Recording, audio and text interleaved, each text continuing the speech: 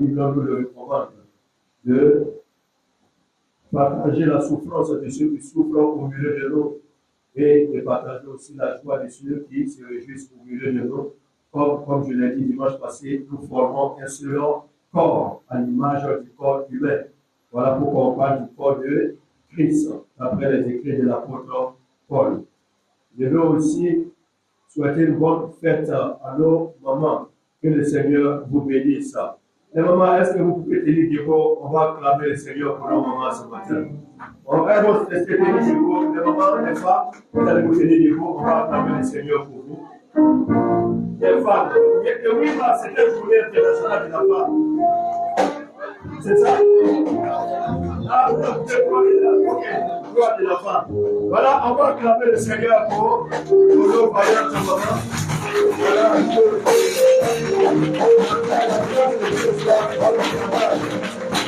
Alléluia. Voilà, on peut s'asseoir. Voilà, que Dieu vous bénisse encore.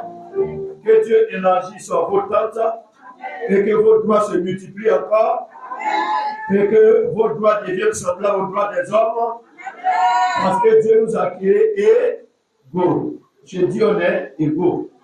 Voilà. Lorsqu'il y aura des guerres, on va donner des calages, vous allez aller sur le terrain. Ah, ok. Il y a des femmes qui vont sur le terrain. Et de plus en plus, les femmes deviennent Premier ministre, président, partout dans le monde. Aujourd'hui, en Afrique, il y a 4 ou 5 pays, ce sont les femmes qui sont présidentes. Il y a Mozambique, moi je n'ai pas oublié. Mais je sais qu'il y a plusieurs pays dont les femmes sont présidentes aujourd'hui. Donc, je suis pour. Il y a des gens qui ne sont pas d'accord pour ça, mais moi, personnellement, je suis d'accord pour cela. Voilà. Devant Dieu, nous sommes égaux. Souvent, c'est quoi on pense que les femmes ne peuvent pas faire. Si on les met là, souvent même elles le font mieux que nous, les hommes. Je vous assure. Souvent, on dit non, ça, c'est le travail des garçons, c'est le travail des garçons. Mais il faut la mettre là-bas. Tu ne vas pas la reconnaître. Souvent, on va faire ça mieux que toi-même qui dis que tu es homme. Que Dieu vous bénisse, nos mamans. Ah, quand c'est les annonces là, on ne peut pas amener la même le chef quand même il attend ça. Mais quand c'est pour les hommes là, c'est vous. La foi devient basse automatiquement. Que Dieu vous fortifie, chère maman. Nous allons prendre nos Bibles dans le livre de 2 Corinthiens 9, verset 1 à 11, notre texte de base. Et allons-y, lecteur.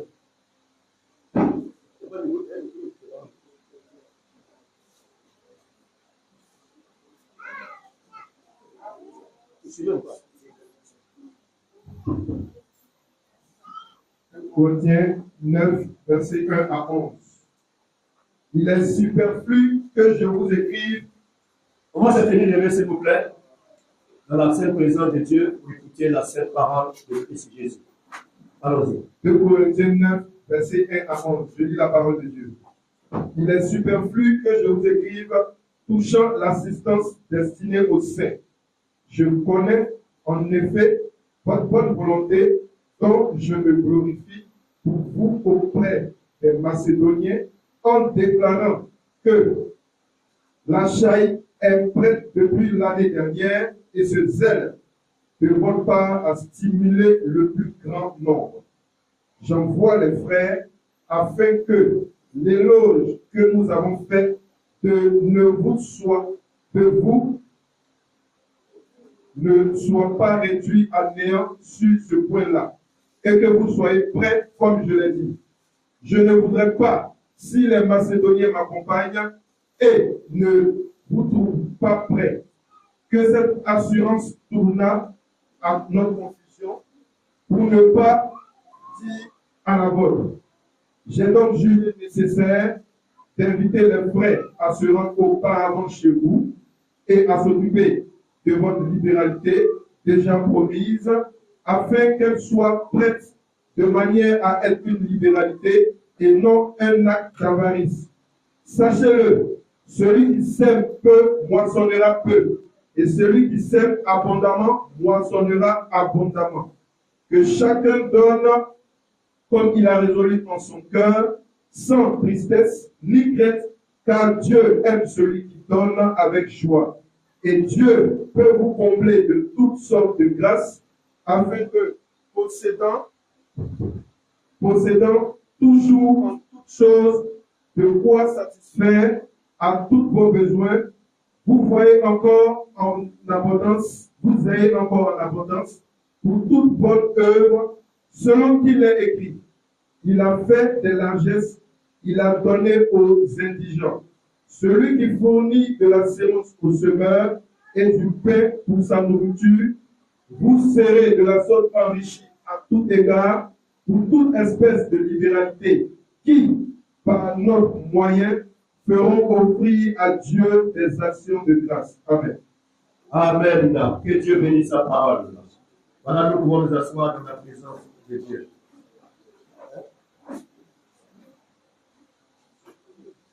Amen. Voilà. Nous sommes dans le Nouveau Testament. Et nous voyons ici l'apôtre Paul, que vous connaissez très bien. Voilà, c'est par son ministère que toi et moi aujourd'hui nous sommes chrétiens. Voilà, parce que c'est lui et son équipe qui sont allés vers les gentils. Les gentils, c'est toi et moi, nous qui ne sommes pas juifs. Ici, Paul, sous la plume du Saint-Esprit, a écrit aux chrétiens qui étaient à Corinthe. C'est son deuxième épître, sa deuxième lettre qu'il a adressée. Pourquoi il a écrit cette lettre? Il a écrit cette lettre parce qu'il y avait un souci. Il y avait un problème. Ce problème, c'est que leurs frères et sœurs en Christ, qui étaient à Jérusalem, eux, ils souffraient. Ils vivaient dans la disette. Ils avaient beaucoup de choses qui leur manquaient. Ils souffraient énormément. Alors, Paul, qui était l'apôtre qui avait créé toutes ces églises, a lancé une collecte afin que toutes les églises puissent apporter selon leurs capacités pour qu'ils viennent en aide à leurs frères qui sont à Jérusalem, qui sont dans la pauvreté extrême, qui sont dans des difficultés. Donc, c'est pourquoi il a écrit cette lettre pour dire pour parler aux chrétiens de Corinthe qu'ils savent qu'ils sont généreux, qu'ils ont la main facile, qu'ils ont l'habitude de donner. Mais pour éviter un retard quelconque, il a envoyé d'autres personnes avant que lui-même il ne vienne, pour qu'il vienne voir si leur collecte est déjà prêt. Afin que lorsqu'il sera là, il ne va plus retarder, il va prendre ce qu'ils ont cotisé et il va aller soutenir les chrétiens qui sont à Jérusalem. Il dit, parce que lorsqu'il va venir avec certains chrétiens de la Caïe. Donc, eux aussi, ils ont entendu parler de leur fidélité dans les dons. Donc, il ne voudrait pas, lorsqu'il va venir avec ces personnes-là, qu'ils viennent trouver qu'ils ne sont pas prêts. Ça risque d'être une honte pour tout le monde, sinon pour eux en particulier. Donc, il a adressé cette lettre pour les exhorter, afin que, comme ils ont l'habitude d'être libéraux, qu'ils continuent dans cette voie de la libéralité. Et plus loin, il va maintenant et il continue de dire que celui qui sème peu moissonne peu, celui qui sème abondamment moissonne abondamment. Et il est donc de comprendre que leur pourvoyeur, ou du moins notre pourvoyeur à tout ça, c'est l'Éternel Dieu des armées qui met la provision entre nos mains et que lorsque nous donnons, il est toujours capable, selon sa largesse, d'ouvrir les écluses des cieux afin que nous soyons richement bénis, nous soyons richement comblés de ses grâces et de ses ressources. Voilà en somme ce dont il est question ici dans cette lettre que Paul adresse aux chrétiens de Corinthe en son temps. Bien aimé, le terme que nous pouvons donner à ce court message d'exhortation, c'est marchons sur le chemin de la libéralité. Il est temps que toi et moi, nous puissions prendre la décision de marcher sur le chemin de la libéralité. Bien aimé, qu'est-ce que c'est que la libéralité? La libéralité en général, que ce soit dans le dictionnaire profane comme dans le dictionnaire biblique, c'est quasiment la même définition. C'est-à-dire c'est cette disposition, cette bonne disposition qu'une personne a à donner de façon généreuse à autrui. Voilà, souvent, il peut donner de façon large à cette personne, mais il le fait de façon volontaire, sans contrainte, parce qu'il a un esprit en lui qui est disposé à cela. Et quand il le fait aussi avec allégresse. Il le fait avec joie. Voilà, c'est ce qui caractérise celui qui a ce don de libéralité. Donc, c'est la libéralité, on dit que c'est un acte généreux. Voilà, c'est un acte généreux qu'on manifeste à l'égard d'une tierce personne sans contrainte et avec joie, selon nos capacités. Et Dieu nous appelle tous en tant que ses enfants à la libéralité. Voilà pourquoi Dieu dit au point que nous sommes arrivés aujourd'hui, nous devons marcher d'un même pas, c'est-à-dire nous devons manifester la libéralité. Pourquoi? Parce que le Dieu que nous adorons a été le premier à manifester la libéralité. Parce qu'il est un Dieu qui donne facilement. Bien aimé, voilà pourquoi la Bible dit qu'il nous a tellement aimés dans Jean 3,16 qu'il a donné son Fils unique, Christ Jésus, afin que quiconque croit en lui ne périsse point, mais qu'il ait la vie éternelle. Et bien aimé, est-ce que tout le monde peut être libéral? Est-ce que tout le monde peut manifester la libéralité? Bien aimé, cela dépend de chacun d'entre nous. Nous voyons ici, en nous focalisant sur notre Dieu, la Bible dit que c'est par amour que Dieu a été le premier à donner Christ à l'humanité. Dieu n'est pas regardé à nos péchés, à nos iniquités, mais Dieu a regardé à notre salut. Nous étions perdus, il fallait que nous soyons sauvés. Et par amour pour nous, alors Dieu a sacrifié son unique fils Jésus-Christ à la croix pour toi, pour moi. Donc Dieu a été le premier à manifester la générosité. Et nous qui sommes devenus enfants de Dieu, donc Dieu attend de nous que nous puissions copier ce qui est en lui, que nous puissions manifester à notre tour la libéralité, à commencer par notre propre maison. À notre propre maison. Et pour manifester la libéralité, bien aimé, il faut avoir l'amour agapé de Dieu en toi. Si tu n'as pas l'amour véritable de Dieu en toi, il te sera difficile de manifester la libéralité. Voilà tellement nos voisins, les musulmans, ils sont en train de prier, ils sont en train de faire leur pénitence, leur carême de 30 jours. Si tu as un esprit de libéralité, Dieu peut te mettre à cœur, tu peux avoir des collègues, des amis qui sont musulmans. Tu peux payer du lait, 2 paquets de sucre, et tu peux aller leur donner.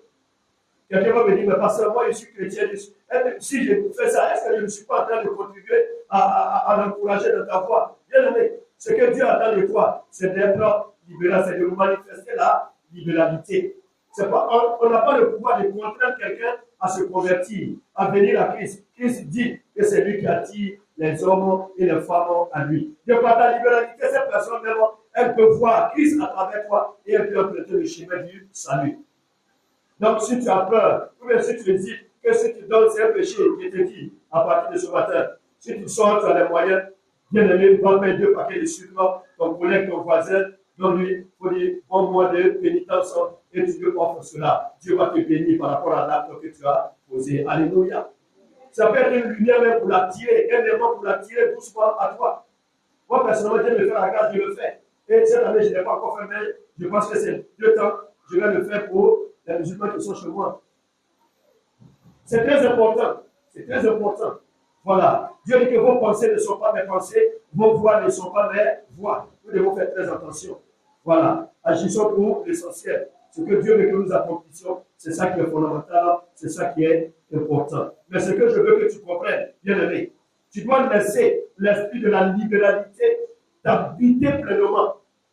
Parce que c'est un don. La libéralité aussi, c'est un don, bien aimé. Si tu n'as pas ce don, tu dois prier pour que Dieu te donne ce don.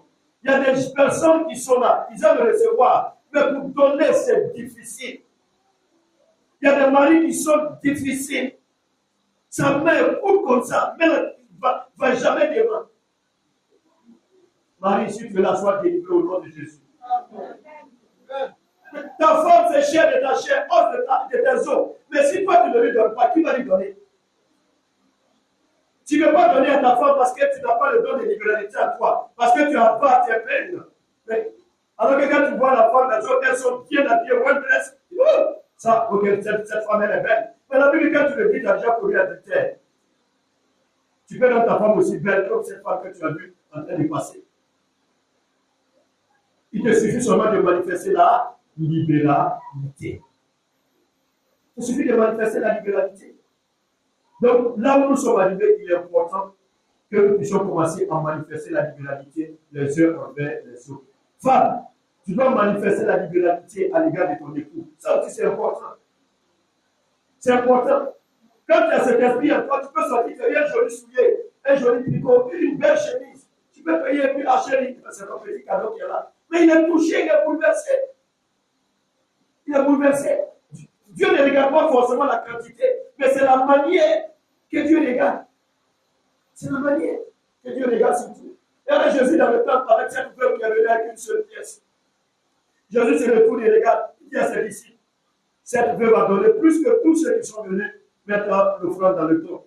Et il dit, mais Seigneur, pourquoi? Il dit, mais donne combien 10 000, donne combien 20 000. Il dit, non, 10 000 qu'il a mis là. Il a plus de 200, 300 000 francs à la maison. Mais la femme là, la pierre de 500 qu'elle a mis là, c'est la seule pièce qui lui restait pour préparer son lit de kilos pour manger à midi. C'est ça seulement elle a pris, elle a mis dedans. Ouais, il faut dire que c'est la manière que Dieu regarde, la qualité que Dieu regarde, pas forcément l'abondance que Dieu regarde. Non, non, pas forcément. Mais notre manière de donner, avec une bonne disposition de cœur, sans contrainte. Et on donne avec allégresse, on donne avec joie. Quand Dieu regarde notre attitude manifestée aussi, Dieu est dans la joie, Dieu est content de nous. Donc, je veux que nous puissions comprendre en tant qu'enfants de Dieu que Dieu a été le premier à manifester la libéralité et il attend que toi et moi nous puissions manifester la libéralité. À commencer dans ta propre maison, dans ta famille. Et maintenant, autour de toi, à l'égard de tes amis, tes voisins, peut-être souffrent à côté de toi, Dieu te parle, mais jusque-là tu es incrédule. Si tu peux les aider, bien aimé, ils tendent tes mains. Quand tu étends tes mains, tu es en train d'étendre tes limites sans t'en rendre compte. C'est très important. C'est très important. Ça peut être un collègue au travail. Tu es en train d'étendre tes limites sans t'en rendre compte. Bien aimé, il y a tellement de bénédictions, tellement de grâces qui sont attachées à la libéralité. Que si nous comprenons tout cela à partir d'aujourd'hui, nous allons commencer à manifester la libéralité. Ça commence dans notre maison, dans notre foyer, et ça va jusque dans la maison de l'Éternel. Ça va jusque dans la maison de Dieu. Quand tu n'as pas le don de libéralité à toi, bien aimé, il te sera facile de donner à autrui, de donner dans la maison de Dieu. Donner dans la maison de Dieu, mais je veux que nous comprenions, à la lumière des Saintes Écritures, que ce que Dieu attend de nous, c'est de manifester la libéralité. Oui.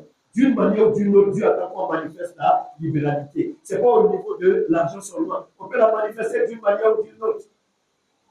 D'une manière ou d'une autre. À travers les bonnes œuvres, à travers des dons, des cadeaux qu'on peut faire. On peut manifester cette libéralité, mais tout part de notre cœur. Est-ce qu'on est disposé pour cela? Est-ce qu'on est prêt pour cela? Mais quand on comprend que tout ce que nous avons n'est que pure grâce de Dieu, bien aimé, on n'aura même pas de raison pour ne pas aider l'autre, pour ne pas porter dans la maison de Dieu, pour que l'œuvre de Dieu avance, pour que les vies soient gagnées au Seigneur. Vous voyez, devant le monde entier, même en Afrique, même en Côte d'Ivoire, il y a des centaines de personnes qui investissent dans l'œuvre de Dieu pour faire avancer le royaume de Dieu. Faire avancer le royaume de Dieu. Parce qu'ils ont compris. Ils ont compris cette nécessité. Ils ont compris que le meilleur moyen même d'être béni, c'est d'investir dans la maison de Dieu à travers le don de libéralité. C'est fondamental, c'est très important. Et je me réjouis pour Bethel. Je pense que c'est l'année passée ou l'année passée, on a lancé ce programme ici pour aller voir les orphelins de Boaké à l'orphelinat. Et en moins d'une semaine, on a pu récolter plus de 500 000, je crois, c'est ça? Plus de 500 000. Les images sont encore là. On est parti à la pouponnière de Boaké pour aller faire un tour. Quand on est arrivé, la directrice elle était heureuse. Toute l'équipe était contente. Était contente. Mais ce acte que nous avons posé, poussé par l'Esprit de Dieu, bien aimé, vous ne pouvez pas imaginer les bénédictions que nous avons chacun pour sa part reçues en retour. Et quelle a été la joie de ces orphelins. Mais quand tu visites, c'est triste. C'est triste. Tu vois les enfants handicapés moteurs qui sont là, des enfants même qui sont tournés au reste. C'était bizarre.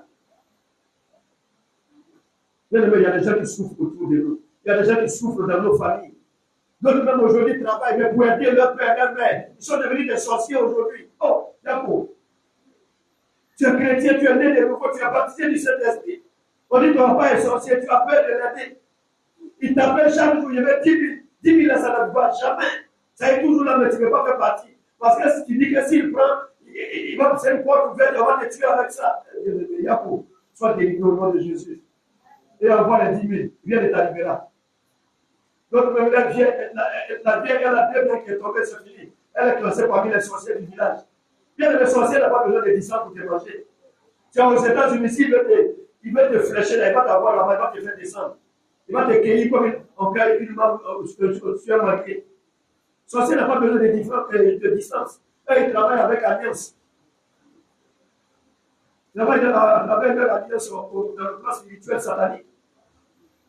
Donc, je veux que nous puissions honorer nos parents, c'est très important, à travers la manifestation du don de libéralité. Et au-delà de cela, maintenant, rentrer dans la maison de Dieu.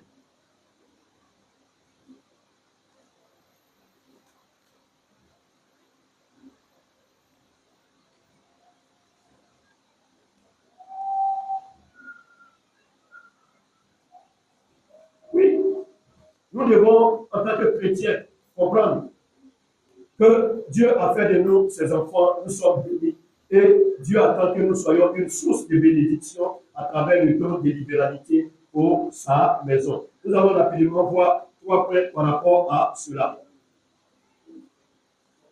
Pourquoi nous, en tant que chrétiens, nous devons donner?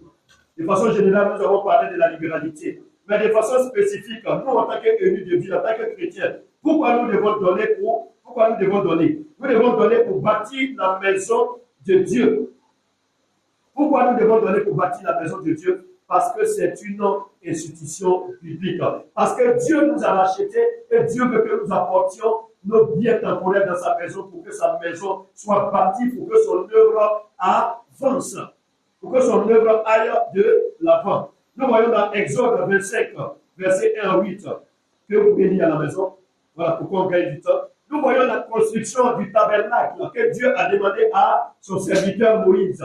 Quand Dieu lui a demandé de créer le tabernacle, Moïse, la Bible dit que Moïse a lancé l'appel. Il a réuni tout le peuple de Dieu. Il a dit, voici la vision que le Seigneur m'a donnée. Et la Bible dit que les femmes étaient concernées, les jeunes, les hommes, tout le peuple était concerné. Alors ils se sont mobilisés. Et tout ce dont il avait besoin, il a cité, il avait besoin de l'or, il avait besoin d'argent, il avait besoin de beaucoup de choses dont ils ont cité à partir du verset 1 jusqu'au verset, tout le chapitre même parle de cela. Quand vous lisez tout le chapitre de Exode 25 jusqu'à Exode 35, parlant de la construction du tabernacle, où va se trouver l'arche de l'alliance.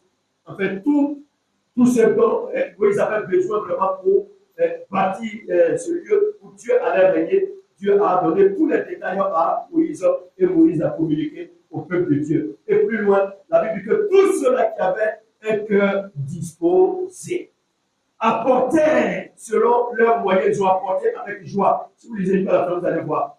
Donc, à partir du verset 1, vous allez voir que tous ceux qui avaient un esprit bien disposé.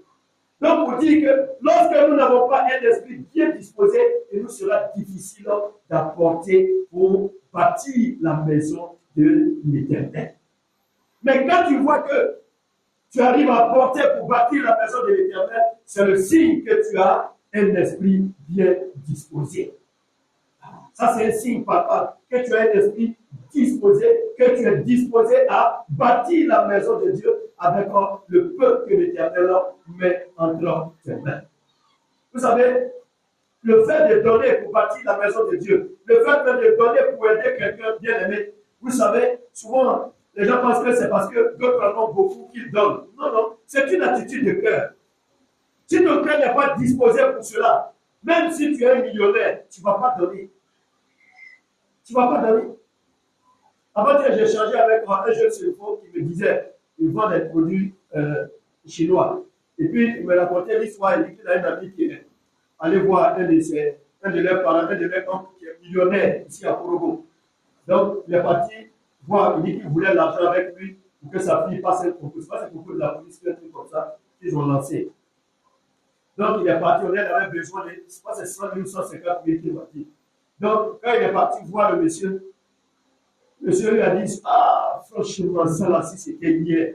C'était hier, tu étais venu, ça c'était facile. Hier même, j'ai fait partir 8 millions pour aller, ma voiture était parée là, pour aller réparer ça, tout ça, dit, c'est pour toi, j'ai fait partir 8 millions à Abidjan. Il dit, mais quand il a dit ça, il dit, mais c'est pas une injuste ça. Quelqu'un vient te demander 150 000. Même si tu ne veux pas lui donner, il faut t'aider. Il faut dire, il n'y en a pas, c'est mieux. Tu dis, ah, hier même, tu as fait partir 8 millions pour le moteur de ta voiture. Qu'est-ce qu'il était venu hier? Il dit, mais si tu as pu faire partie 8 millions, c'est que tu peux trouver 150 000 francs pour donner au monsieur. C'est que ça est là. Il ne veut pas donner. Il n'est pas donné. Quand quelqu'un il avare, bien aimé, il y a des gens qui sont avarés. Peut-être que vous n'avez pas encore rencontré des gens qui sont avares. Sinon, il y a des gens qui sont avares. Et même on les appelle ingres. Tu ne peux pas les attraper. Il a ça, mais ça ne sort pas. Ça ne sort pas. Alors qu'on oublie que tout ce que nous donne, Dieu nous donne ça sous forme de sémence. C'est une sémence. Voilà pourquoi la Bible parle de celui qui sème. Si tu sèmes peu, c'est comme tu vas avoir un champ de maïs, par exemple. Toi, tu es parti, tu as fait des 1000 hectares. Moi, je suis parti, moi, souvent, j'ai fait 5 hectares. Bien aimé, la récolte ne sera pas la même chose. Quel que soit ton magie que tu vas faire, la récolte ne sera pas la même chose. Ça m'a rappelé quand j'ai parlé de ça. Vous savez, quand on était jeune, quand on était au village, on faisait champ de riz, je vous assure que nos parents partaient chercher des médicaments pour venir multiplier le riz. Souvent, je me suis rappelé quand je partais sur les purs, ça m'a revenu à l'idée. Souvent, il y a un monsieur qui est là, je le connais très bien, vous l'avez là. Il fait 1 hectare, mais je t'assure, il faut faire 5 hectares. Il avait récolté quelque chose. Vous avez récolté. Et puis, il ne pas, ça ne finit pas. C'est-à-dire, le médicament la multiplie ce qu'il a semé. Voilà, sa production. Il y a ceux qui parlent, d'autres connaissent ça, ils savent que ça existe. Voilà. Donc, les gens font ça dans le monde païen. Ils multiplient ça comme ça. Ça, c'est l'œuvre du diable. Mais la Bible dit quoi? Toute bénédiction qui ne vient pas de l'Éternel, le diable va toujours souffler dessus. Tu vas perdre ça d'une manière ou d'une autre sans t'en rendre compte. Et souvent, c'est quand tu ne penses même pas que tu vas perdre ça de façon facile. De façon facile. Voilà pourquoi la bénédiction qui n'est point suivie de chagrin, c'est la bénédiction qui vient de la part de l'Éternel, notre Dieu, que tu as gagné à la sueur de ton front. Il faut regarder, souvent même quand tu travailles, tu fais des faux business. Souvent, chez toi, tu ne fais rien de voir avec. Tu fais des programmations, mais au finish, c'est le vent qui prend l'argent, là, tu fais rien de voir avec. Parce que ce n'est pas la sueur de ton front. Voilà pourquoi si tu fais les quêtes, il faut arrêter. Il ne faut plus faire. Chrétien ne fait pas quête au travail. Et puis, quand c'est comme ça, il dit c'est une grâce. C'est un péché, ce n'est pas une grâce. Donc, il faut arrêter. Si Dieu me dit de parler de ça ce matin, c'est que peut-être que tu le fais. Donc, il faut arrêter ça. C'est un péché, ce n'est pas bon. Donc, nous devons être disposés, bien aimés, à apporter pour bâtir la maison de Dieu. Et je veux vraiment rendre grâce à Dieu. Et toutefois que Dieu me donne d'être dans sa présence le matin pour prier, je vous assure que je prie pour tous ceux-là qui se sont disposés à apporter pour que la maison de Dieu continue d'être bâtie. Nous sommes en train de bâtir pour le futur. David l'a fait. David a rassemblé tout pour le Dieu également de la promesse de son fils Salomon. Et il a tout préparé pour Salomon. Et quand Salomon est venu, Salomon a bâti un temple à la gloire de l'Éternel. Et Salomon a laissé le temple. C'est la génération qui l'a suivi qui ont profité. Peut-être que vous et moi ici présents, nous allons finir de bâtir ce temple. Peut-être que nous n'allons même pas profiter. Mais bien aimé, les grâces et les bénédictions qui sont attachées à la sémence que tu as sémée vont s'attacher à ta vie. Alléluia. Le diable ne pourra pas te raviver ça. Le diable ne pourra pas te raviver ça. Voilà pourquoi je bénis le Seigneur pour ta vie. Pour toi qui ne ménages pas de foi pour s'aimer pour la construction de la maison de l'Éternel. Donc c'est nous qui devons apporter à travers le don de libéralité en tant qu'enfant de Dieu pour que la maison de Dieu soit bâtie. Et la deuxième chose, c'est que la libéralité débloque des bénédictions et des bénédictions diverses dans nos vies.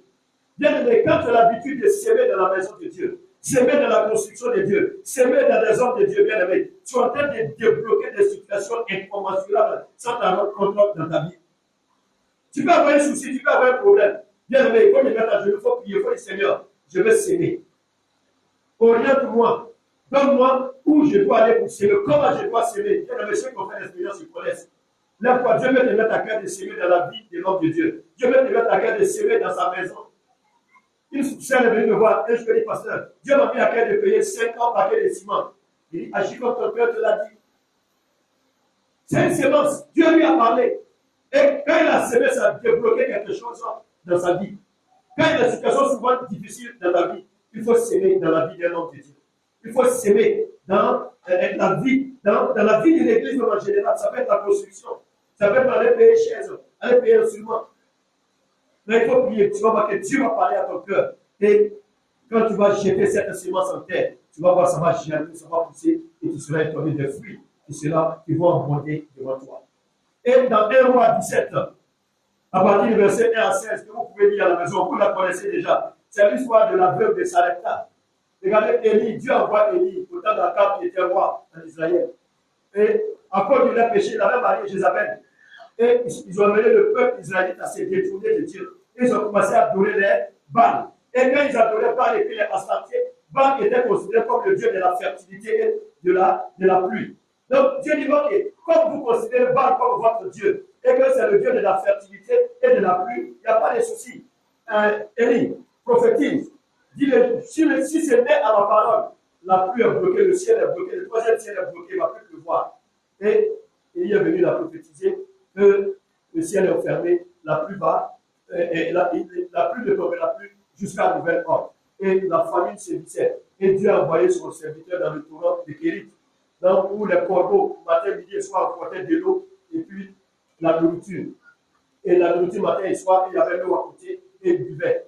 Et ça s'est passé comme ça jusqu'à la sécheresse perdurait. À tel enseigne que le torrent même a fini par se dessécher. Et Dieu a dit, solution B, il dit, rentre dans la ville, cette ville païenne, rentre dedans, il y a une veuve que j'ai disposée pour toi.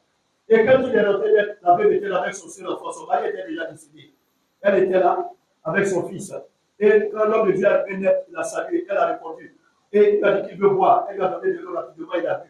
Et il lui a dit, ok, il veut manger quelque chose. Elle a dit, il me laisse farine qui reste, ça ne dépasse pas 1 demi-kilo. C'est ça qui me reste, et puis un quart d'huile. Je vais faire gâteau, je vais manger. Je vais mourir à mon fils. C'est pas ça, mais je suis en train de ramasser du bois. Et l'homme de Dieu lui dit, ok, c'est pas grave ma fille. Ok, mais ce que tu as dit, j'ai compris. Mais il faut préparer pour moi d'abord. Demi-kilo de farine, avec un quart d'huile. S'il y en a pour toi dedans, elle peut manger quoi maintenant avant de mourir. Elle n'a pas posé cette question. Elle n'a fait qu'obéir à ce que l'homme de Dieu lui a dit. Parce que c'était une femme de foi. Quand l'homme de Dieu lui a parlé, automatiquement, elle a parti, elle a pris la farine, elle a divisé en deux, elle a préparé d'abord pour l'homme de Dieu, et l'homme de Dieu a bien mangé, ensuite elle allait préparer pour elle et son fils. L'homme de Dieu lui a dit, comme tu as obéi à ma parole, à la parole de l'Éternel que Dieu m'a donnée, que je t'ai donnée, à cause de cette foi que tu as manifestée, la farine ne va jamais manquer dans ta maison. L'huile ne va jamais manquer dans le pot. Et la Bible dit que ni la farine ni l'huile n'ont manqué. Et Élie est resté auprès de cette femme. Ils ont mangé matin, midi et soir jusqu'à ce que la pluie ne vienne à nouveau. Alléluia. Regardez cette foi que cette femme a manifestée. Et puis en général dans l'église, ce sont les femmes qui sont audacieuses dans la foi.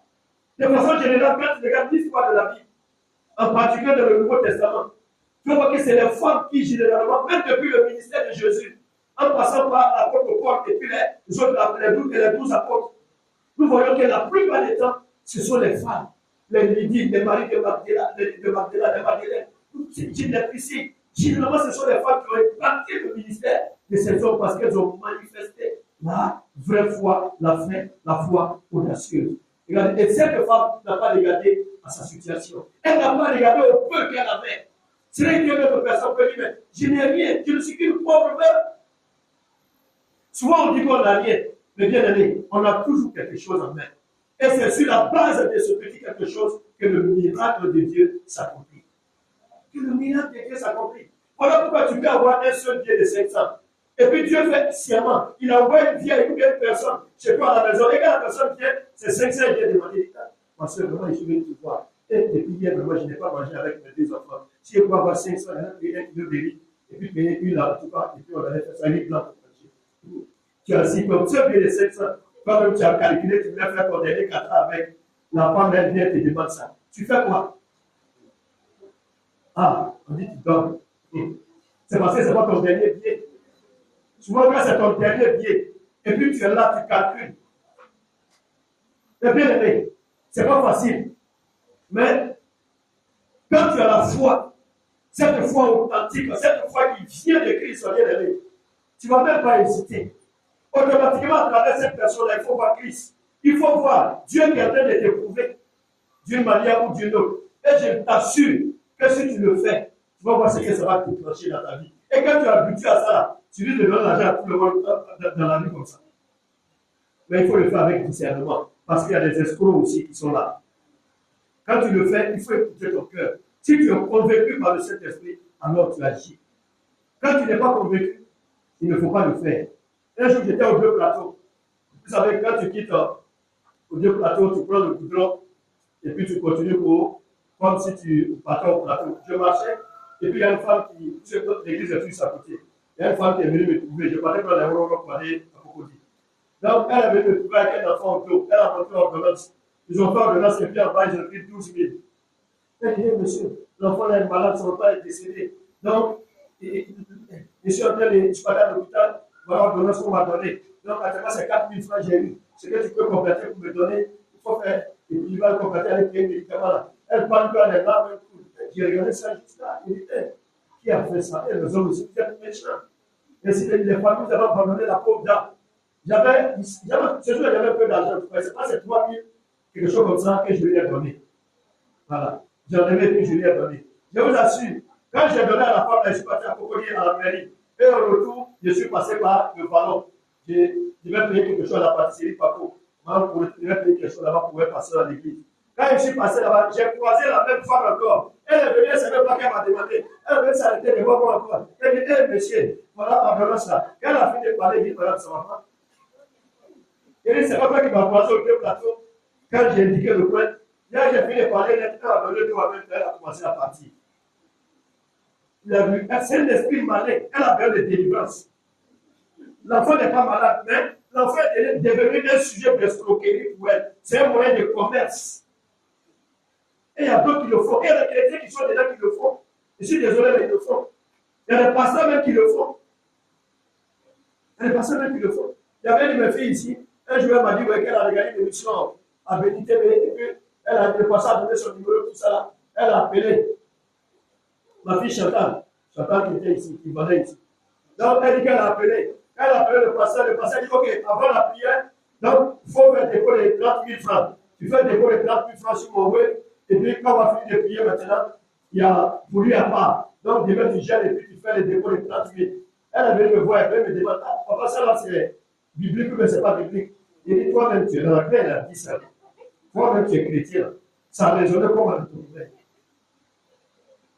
Il dit, tu es convaincu, mais tu n'es pas convaincu. Elle dit, non, c'est après ça, il met des bateaux. Il dit, tu as 30 000, non? Tu peux te faire les 30 000, non? Elle dit, oui, il faut lui donner. Elle dit, ah, il faut lui donner. Quand tu as l'argent, quand tu es en train de faire ton petit commerce, tu es en train de te débrouiller, au lieu de prendre ça pour investir davantage, ça va grandir. Tu veux prendre ça pour donner aux gens, tu vas bouffer gâteau. C'est quelle prière on fait pour ayant de l'argent? C'est laquelle Bible tu as dit ça? Tu peux prier pour quelqu'un. Dieu peut exaucer la prière. La personne peut poser un acte de reconnaissance à l'égard de l'Éternel. Elle peut faire une offrande à l'Éternel parce qu'elle est dans la joie. Elle le fait de façon libre, avec joie sans contrainte, comme la Bible le dit. Mais tout ce qui est fait avec contrainte n'est pas de Dieu, ne vient pas de Dieu. Le pasteur ne peut pas contraindre le peuple de Dieu à donner pour faire avancer l'œuvre de Dieu. Il peut enseigner dessus. Voilà, quand il enseigne, quand il a compris, alors il se dispose et de façon libre, avec joie, selon ses moyens, il apporte pour faire avancer le royaume de Dieu. Bien aimé, nous devons manifester la foi audacieuse. Quand on regarde l'histoire du monde entier, il y a des gens qui ont posé ces actes, ils ont vu la gloire de Dieu. Le miracle de Dieu part de là. C'est ce que je te donne ce matin. Le miracle de Dieu part de là. Quand Dieu te met quelque chose à cœur pour sa maison, bien aimé, laisse le don de libéralité t'emporter. Souvent même Dieu te parle. Ne parle même pas ça à quelqu'un. Lève-toi promptement et pose l'acte. Pose l'acte pour ne pas que le diable vienne te séduire. Parce que quand Dieu te parle, il va te mettre dans le peuple. Il sait ce qu'il va faire. Il sait ce qu'il va faire. Il a éprouvé Abraham avec son fils. Mais Abraham aimait réellement son fils, mais il aimait aussi Dieu. Abraham a prouvé à Dieu qu'il aimait Dieu plus que son propre fils. Parce qu'il était prêt à sacrifier son propre fils pour Dieu, pour l'amour de Dieu. Mais Dieu ne voulait même pas son fils, Dieu voulait le tester. Et souvent Dieu nous teste comme ça. Souvent Dieu nous teste. D'après ce témoignage que j'ai rendu ici pour aller vers la fin. Au début, on a gêné pour une dame comme ça, avec le pasteur Pénal. Il nous a fait gêner comme ça pour une dame. Elle voulait passer au coup de capitaine des douanes, je crois. Et ça, il ne faut pas oublier ça. Ça, quand tu gênes, souvent les chrétiens, quand tu les soutiens, gênent, Il y a la promesse même extravagante qu'il faut. Toi, tu te vois que c'est promesse, mais c'est la paix. Elle est super un peu, tu dis promesse ça. Et la promesse que tu veux faire, il faut réfléchir. La Bible dit dans le livre de Nom, il dit qu'il faut faire très attention. Il dit les promesses que tu veux faire, si tu es sûr que tu ne peux pas l'honorer, il ne faut pas le faire parce que tu vas tirer la malédiction sur toi. La femme l'a dit. Si elle a eu beaucoup ça là. Non, elle est pas seule. Elle appelle là. Même 5 francs. Même si c'est 10 millions. Pasteur, je viens à tes pieds, comme on a porté à déposer aux pieds des apôtres. Pasteur, elle a dit, il va recevoir le soir. Ah, voilà ce que votre soeur a dit. Vous êtes témoin. Oh, il est témoin. Je vous assure. Quand elle est partie, le concours, Dieu aussi les fidèles. Parce qu'il sait qu'on a gêné. Le concours a marché. Quand le concours a marché net, la soeur a disparu. Jusqu'à ce que je quitte là-bas, je n'ai plus jamais vu encore. Il ne sait pas où elle est partie. En tout cas, elle a disparu avec sa promesse.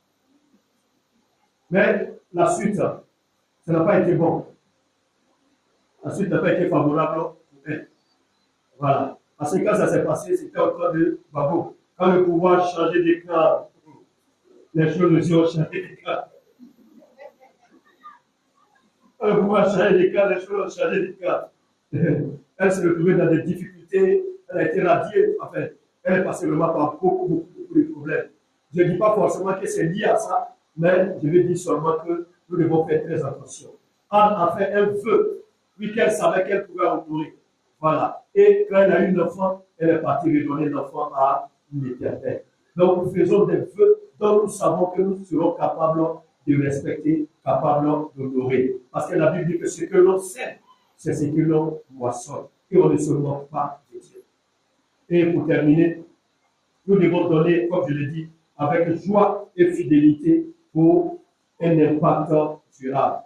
Voilà. Quand nous donnons, bien aimé, avec joie, avec allégresse, c'est pour un impact durable. Tout ce que nous apportons chaque fin du mois pour construire la maison de Dieu, bien aimé, ça va impacter durablement cette communauté, la vie des centaines de milliers de personnes qui sont encore là devant, qui vont se convertir. D'autres sont peut-être à l'école primaire, ils vont se convertir. Mais à cause de l'acte que tu vas poser aujourd'hui, ils vont venir adorer le Seigneur en ce lieu. Et toutefois qu'ils sont en train d'adorer le Seigneur en ce lieu, bien aimé, toi tu es en train d'amasser dans le royaume des cieux les grâces que Dieu a disposées pour toi, qui sont liées à la sémence que tu as portée en terre à Bethel.